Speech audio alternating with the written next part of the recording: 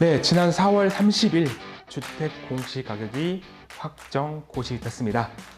그럼 우리는 지금 급매물을 주우러 가면 될까요? 궁금하시다면 이 영상 끝까지 지켜봐 주시고요. 구독하기와 좋아요 많이 눌러주십시오.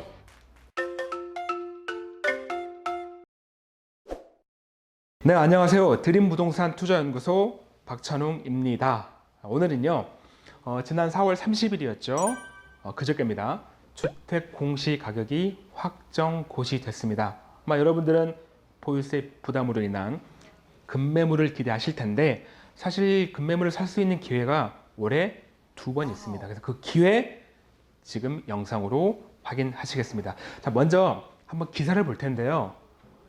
보시면 이제 공시 가격이 오르면서 역시 보유세 부담이 커졌다. 중요 서울의 자치구에서 보유세가 30% 이상 올랐다고 하면서 각각의 예시를 들고 있고요. 또 한 가지 기사를 보면 이제 그렇다 보니까 집을 가지고 있는 다주택자가 어떤 선택을 할지에 대해서도 쭉 기사가 나와 있습니다. 이 기사들을 토대로 오늘 내용 진행하도록 하겠습니다. 자, 한번 돌아와 볼게요. 자, 먼저 공시 가격에 대해서 말씀드릴까 합니다. 사실 핵심은 그 2번의 기회를 바로 말씀드리면 좋지만 이런 데이터를 그래도 좀 보시면 근거도 되고 그리고 조금 더 있어 보여요. 그래서 한번 보겠습니다. 자, 4월 30일 네, 확정 고시가 됐어요. 물론 3월 달에 예정치가 발표가 됐는데 그러면 전국과 서울로 좀 나눠서 볼게요. 자, 전국의 일단 공동주택입니다. 평균 공시가 상승률이 5.24%래요. 많이 올랐어요. 작년보다 0.22% 올랐고요. 이제 현실화율은 뭐냐면 시세와 공시 가격의 비율입니다.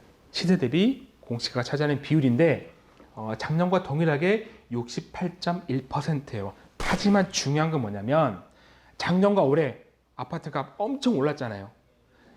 현실화율은 같다 하더라도 당연히 시세가 비싸졌기 때문에 공시 가격은 오를 수밖에 없는 거고요. 자, 서울을 놓고 보면 서울 공동주택은 작년 대비했을 때 14.02%가 올랐습니다. 자, 이 비율은 2007년도 한참 고점일 때죠. 그때 28.4% 오른 이후 12년 만에 최고 상승률을 보였습니다.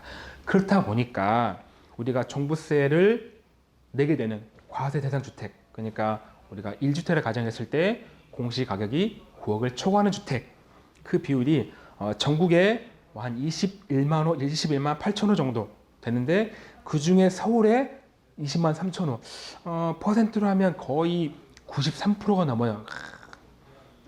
이 말은 곧 좋은 집은 다 서울에 있다는 겁니다.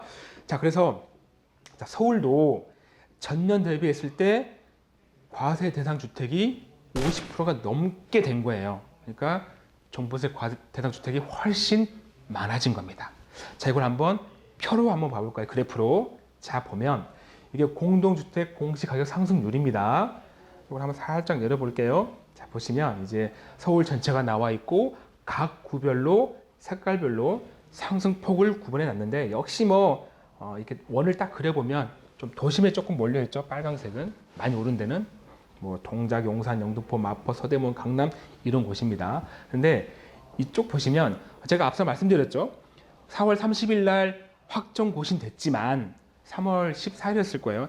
예정치가 발표됐을 때 그때 엄청나게 많은 이의 신청이 들어왔어요. 이거 집주인이 나 이거 인정 못해. 이거 좀 수정해줘. 근데 그 수정 무려 한 이의 신청이 2만 8천 건이 넘으니까 작년 대비하면 거의 한 80, 한 5, 6배 된다고 합니다. 근데 이때 98%가 내려달라 라는 거였어요. 너무 비싸 공시가격이 좀 내려주세요 라는 거였고, 그럼 2% 중에 올려달라는 것도 있었어요.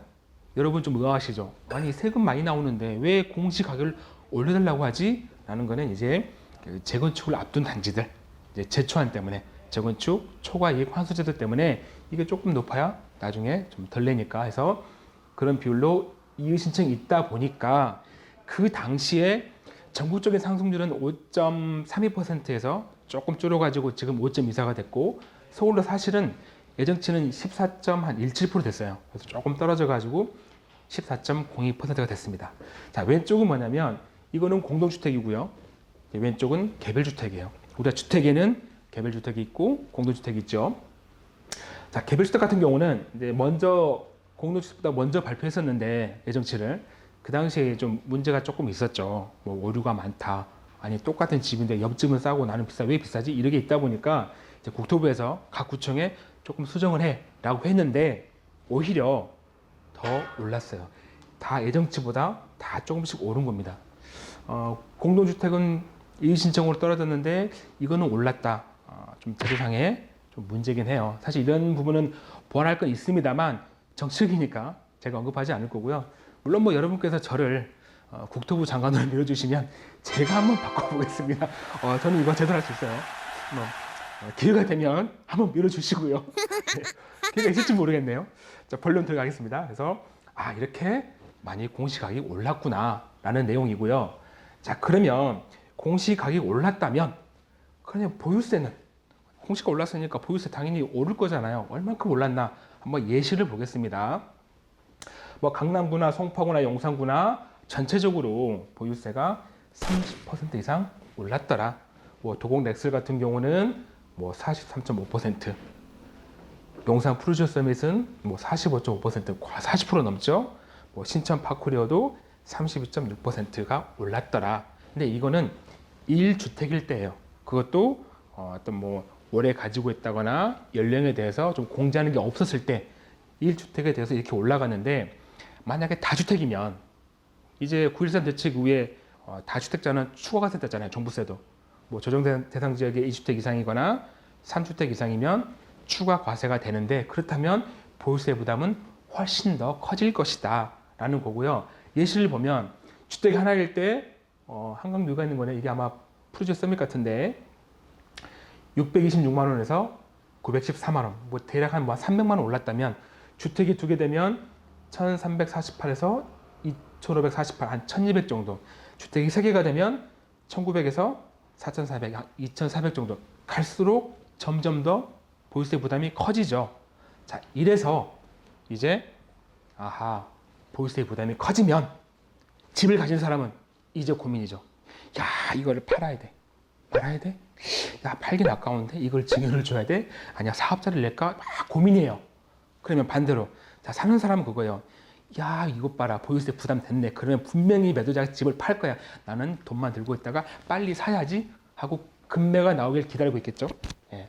자, 근데 먼저 집을 가진 사람의 입장을 먼저 볼게요. 자, 말씀드린 대로 이걸 팔아야 되나? 아니면 줄 것이냐? 증여겠죠. 아니면 사업자, 주택임대 사업자를 등록할 것이냐. 자, 이 둘 같은 경우는 이미 선택하신 분들 많아요. 사업자 많이 내셨고. 자, 그런데 이 공시가 상승은 사실 이미 예고가 됐어요. 저도 1월 초에 이 급매물에 대한 영상을 한번 올렸을 때 그때 그랬죠. 분명히 보유세 부담 때문에 급매가 나올 것이다 라고 했는데, 그 급매 예정치가 3월달에 나올 때, 그리고 그 전부터 워낙 이슈가 됐었어요. 공시가격이 올릴 거다, 뭐 공전시장 가격을 올릴 거다 하다 보니까 이미 그러한 내용들이 선 반영이 됐어요. 무슨 뜻이냐면 이미 겁을 먹었어요. 이미 발표되기 전에 이미 겁을 먹고 급매를 내놓으신 분들이 상당히 많아요. 예. 그리고 또 하나, 이제 하도 규제하다 보니까 다주택자가 이제 맷집이 늘어. 하도 때리니까 이게 맞아도 웬만큼 때리면 안 아파요. 이제 적응돼가지고 이 정도는 버틸만해. 그래서 버티는 거예요. 예. 그렇다 보니까 물론 버티기 때 줄 것이냐 해서 많은 분들이 그 증여를 생각하시는데, 그 중에서도 부담부 증여 많이 생각하십니다. 근데 부담부 증여는 조금 주의하셔야 돼요. 아마 지금 영상 보시는 다주택자라면 이거 되게 주의하셔야 돼요. 그러니까 기존에 이 양도세가 추가과세, 즉 중과세가 없을 때는 아주 심플하게 이게 조금 나았어요. 근데 중과세가 적용이 되면 이거 계산을 해봐야 돼요. 그렇다 보니까, 근데 물론 그 부분은 제가 다음에, 물론 이런 부담부 증여가 이렇게 다주택도 있겠지만 보통 제가 상담하다 보면 우리 아버님 어머님들 내 아들 딸한테 그냥 뭐 하나 사주려고 증여 많이 물어보세요. 그래서 그런 부분들은 제가 별도 영상을 통해서 다시 한번 자세하게 알려드릴게요. 어떻게 하는 게 좋은지 드릴 거고. 자, 이렇게 집을 가진 사람은 버틸 거다. 왜? 팔기 아까우니까. 그런데 그래도 아직도 금매는 나올 거예요. 왜? 이제 멍하니 좀 멍 때리신 분들 가끔 있어요.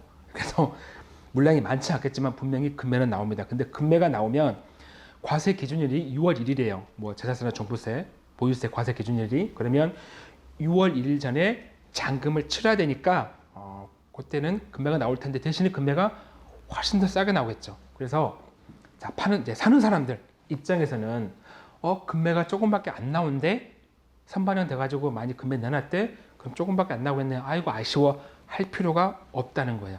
왜? 일단 시장 자체가 매수자 우위 시장이에요. 그리고 앞서 말씀드린 대로 분명히 금매는 나와요. 근데 그 금매가 6월 1일 전에 잔금을 치러야 되기 때문에 이제 한 달밖에 안 남았어요. 5월 달. 그러면 일반적인 금매보다 훨씬 더 싸게 나오겠죠. 매수자가 그러죠. 아 그래 내가 한 달 안에 잔금 치러줄 테니까 더 싸게 팔아. 할 수 있잖아요. 그래서 훨씬 더 저가로 살 수 있는 기회가 있을 거고 그리고 골라갈 수 있어요. 금매가 좋은 지역만 좋은 물건만 나오는 건 아니에요. 무조건 싸게 사는 게 좋은 건 아닙니다. 오를 거 사야 되잖아요. 그래서 가끔 안 좋은 게 나오면 그럼 그냥 커트할 수 있는 골라갈 수 있는 여유가 있다는 것. 그리고 또 하나 제가 앞서 서두에 올해 안에 금매물을 살 수 있는 타이밍이 2번 있다고 그랬잖아요. 바로 그 두 번째가 아직 올해 안에 있다는 거예요. 그러니까 조금밖에 안 나온다고 너무 아쉬워하지 마세요. 자, 두 번째 기회는 뭐냐면 첫 번째는 그죠. 이제 보유세 부담 때문에 금매가 나올 거고 두 번째는 올 말 정도가 될 거예요. 이제 올해와 내년에 바뀌는 어떤 정책이 있는데 당연히 규제 정책이겠죠. 우리가 고가주택 내가 팔았을 때 양도가액이 9억을 초과하게 되면 비과세를 하더라도 그 초과분은 과세가 되죠. 이때 얼만큼 가지고 있었냐에 따라서 장기 보유 특별 공제를 해주는데 이게 연당 8%씩이에요. 10년 가지고 있다 팔았다면 80% 공제해 줍니다. 그런데 이거를 올해 안까지 팔면 80% 해주지만 그냥 보유만 하면 내년부터는 내년 1월 1일 이후로 팔면 그 집에 거주 2년을 해야 연당 8%씩 해주겠대요. 그러면 거주하지 않았던 사람들은 올해 안에 팔면 80% 공제받지만 내년에 팔면 20% 공제예요. 10년일 때. 60% 차이는 굉장히 큽니다. 왜? 아파트 비싸니까. 그래서 그분들이 분명히 올해 한 9월, 10월, 11월 정도에 물건이 한 번 더 나올 타이밍이 있어요. 그러니까 너무 아쉬워하지 마시고 그 타이밍을 노리시면 여러분들 싸게 사는 거 좋아하잖아요. 그쵸? 옷도 싸게 사는 거 좋아하고 그래서 좀 더 싸게 살 수 있는 기회가 있다는 거 유의하시고 오늘 내용은 여기까지입니다. 그래서 오늘 내용 재밌었다면 구독하기와 좋아요 많이 눌러주시고요. 전 다음에 또 좋은 영상으로 다시 돌아오겠습니다. 고맙습니다.